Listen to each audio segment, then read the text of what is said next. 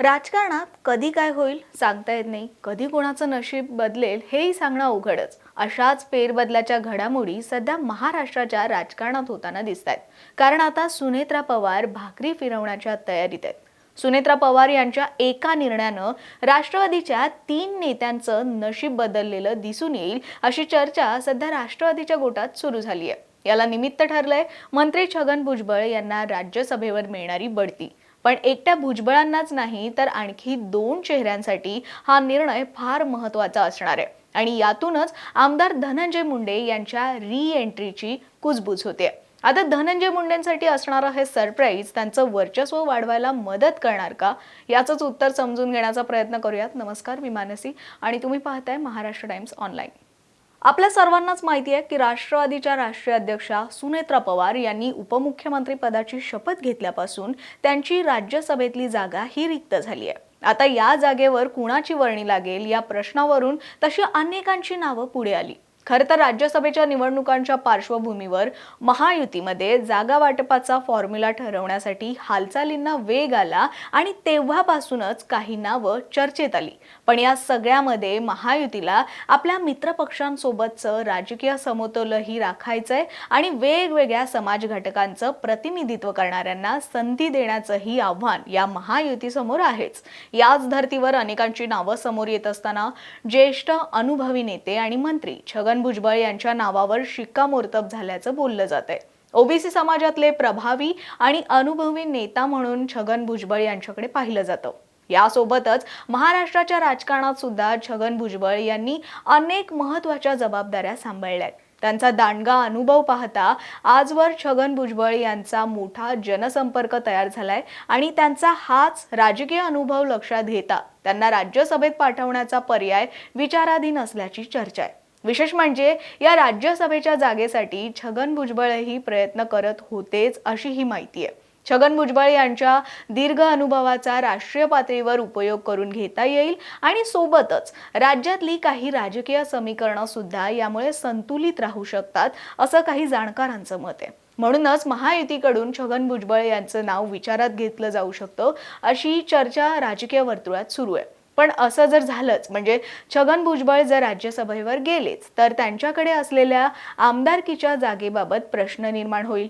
पण त्यासाठी सुद्धा भुजबळांनीच पर्याय म्हणून त्यांच्या राजकीय वारशाचे प्रतिनिधित्व करणारे पुतणे समीर भुजबळ यांच्या नावाचा प्रस्ताव ठेवल्याचं सांगितलं जातंय. भुजबळ यांच्या जागी समीर भुजबळ यांना विधानसभेत आणण्याचा प्रयत्न होऊ शकतो अशी शक्यता आता वर्तवली जाते. समीर भुजबळ यांच्याविषयी जर बोलायचं झालं तर ते सुद्धा नाशिकच्या राजकारणात सक्रिय आहेत. शिवाय त्यांनी लोकसभेचं प्रतिनिधित्व सुद्धा केलंय. याखेरीज राष्ट्रवादी काँग्रेस पक्षामध्ये पडलेल्या फुटीनंतर अजित पवार यांनी समीर भुजबळ यांची मुंबई प्रदेशाध्यक्ष म्हणून तेव्हा निवडही केली होती. पण यासोबतच छगन भुजबळांना आपल्या कुटुंबाचा राजकीय प्रभाव सुद्धा कायम ठेवायचा आहे आणि म्हणून त्यांच्याकडूनच समीर भुजबळांना आमदारकीची संधी द्यावी असे प्रयत्न आहेत. आता याच शक्यतांच्या समीकरणातलं तिसरं आणि सर्वात चर्चेत असलेलं नाव म्हणजे धनंजय मुंडे. आधीच वेगवेगळ्या कारणांमुळे मंत्रिपदापासून दूर गेलेले धनंजय मुंडे आता पुन्हा मंत्रिमंडळात परतण्याची शक्यता नाकारता येत नाही. भुजबळ राज्यसभेवर गेले तर त्यांच्या जागी समीर यांना आमदारकी दिली जाईल. पण तरीही भुजबळांकडचं मंत्रिपद कुणाला जाईल असाही प्रश्न आहेच. आता यासाठीही समीर भुजबळ यांचं नाव जरी चर्चेत असलं तरी मंत्रिपदाची शक्यता फारच कमी आहे. आधीच पक्षात अनेक जण इच्छुक आहेत. शिवाय अनेक निष्ठावंत आणि दिग्गज नेत्यांची सुद्धा काय कमी नाही. त्यात भुजबळांकडे एकाच कुटुंबात जर 3 महत्त्वाच्या गोष्टी गेल्या तर पक्षांतर्गत नाराजी वाढण्याची सुद्धा शक्यता आहेच. मग अशा वेळेस धनंजय मुंडेंचा कमबॅक होईल असं म्हटलं जाते. एकतर महायुतीसमोर मराठवाड्यातलं राजकीय समतोल राखण्याचं आव्हान आहे, ज्याचा फायदा हा धनंजय मुंडे यांना होऊ शकतोय. असं का तर इथे फक्त मुंडेंच्या पुनरागमनाचा प्रश्न नाहीये तर मराठवाड्यातल्या राजकीय समीकरणांशी आणि मराठा आंदोलनाशी याचा संबंध येतो. या दृष्टीने जर विचार करायचा तर धनंजय मुंडे हे सुद्धा ओबीसी समाजातून येतात. पण दुसरीकडे मनोज जरांगे यांच्या मराठा आरक्षणाच्या आंदोलनामुळे मराठवाड्यात सामाजिक आणि राजकीय वातावरण तसं संवेदनशील बनलंय. त्यामुळे ओबीसी आणि मराठा समाजामध्ये बॅलन्स करणं हे महायुतीसाठी महत्त्वाचं आहे. म्हणजेच धनंजय मुंडेंना मंत्रिपद दिल्यानं ओबीसी मतदारांमध्ये त्यांचं प्रतिनिधित्व कायम आहे असा एक सकारात्मक संदेश जाऊ शकतो आणि अशानं महायुतीला त्यांची राजकीय गणितही सांभाळता येतील. हेच दुसरीकडे धनंजय मुंडे ही बॅलन्स करण्याची भूमिका घेताना दिसून येतात.